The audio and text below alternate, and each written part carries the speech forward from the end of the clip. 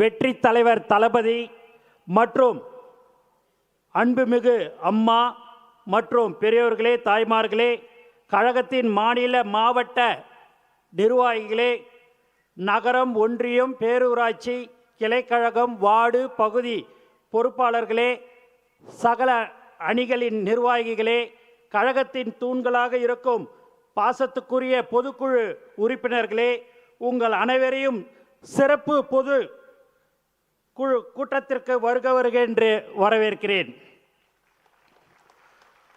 இன்று இந்த பொதுக்குழு கூட்டத்தில் உங்கள் அனைவரின் முகங்களையும் பார்க்கும்போது நான் மகிழ்ச்சி அடைகிறேன்.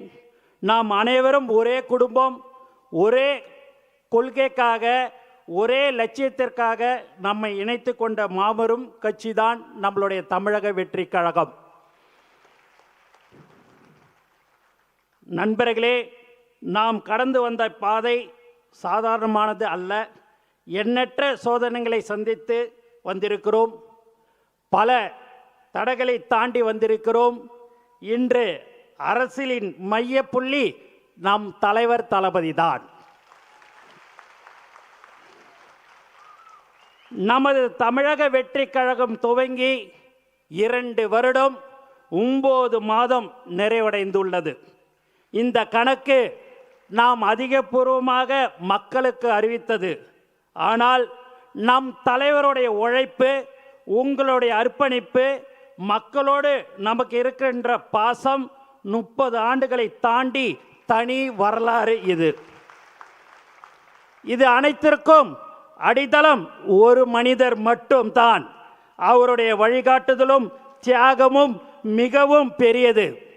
30 ஆண்டுகளுக்கு மேல் இந்த மண்ணோடும் மக்களோடும் எங்கள் வீட்டு பிள்ளையாக மாறியுள்ள அந்த மாமனிதர் தான் நம் தலைவர் தளபதி.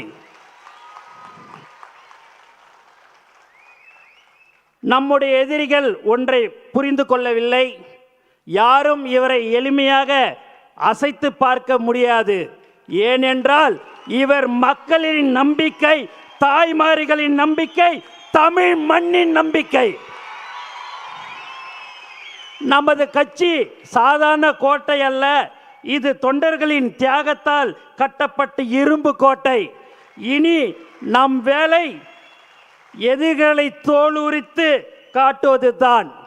தலைவர் கை காட்டும் திசையில் பல மடங்கு பலத்துடன், புதிய வேகத்துடன் நாம் செயல்பட போகிறோம். நம் மக்கள் இன்று ஒரு மாற்றத்தை எதிர்நோக்கி இருக்கிறார்கள், காத்து கொண்டிருக்கிறார்கள். அந்த மாற்றத்தை கொடுக்கும் தகுதியும் நேர்மையும் கொண்ட ஒரே கட்சி நமது தமிழக வெற்றி கழகம் மட்டும்தான். இது வெறும் பொதுக்குழு கூட்டம் அல்ல. இது நம்முடைய லட்சிய பயணத்தின் ஒரு வரலாற்று திருப்பம். நம்முடைய கொள்கைகளை மீண்டும் உறுதிப்படுத்தவும், நம்முடைய கரங்களை மேலும் பலப்படுத்தவும் நாம் இங்கு கூடியிருக்கிறோம். ஒரு மாபெரும் இயக்கத்திற்கு கட்டுப்பாடு என்பது மிகவும் அவசியம். நாம் அனைவரும் தலைவரின் முடிவுக்கு கட்டுப்பட்ட ஒரு தாய் பிள்ளைகளாக செயல்பட வேண்டும். நமது பலமே நமது கட்டுக்கோப்பு தான். அதை சீர்குலைக்க நினைக்கும் எதிரிகளை நாம் அனுமதிக்க கூடாது. பெரியவர்களை மதித்தும் இளைஞர்களை அரவணைத்தும் நாம் பயணிக்க போகிறோம். இனி ஒரு நொடி கூட நமக்கு ஓய்வில்லை.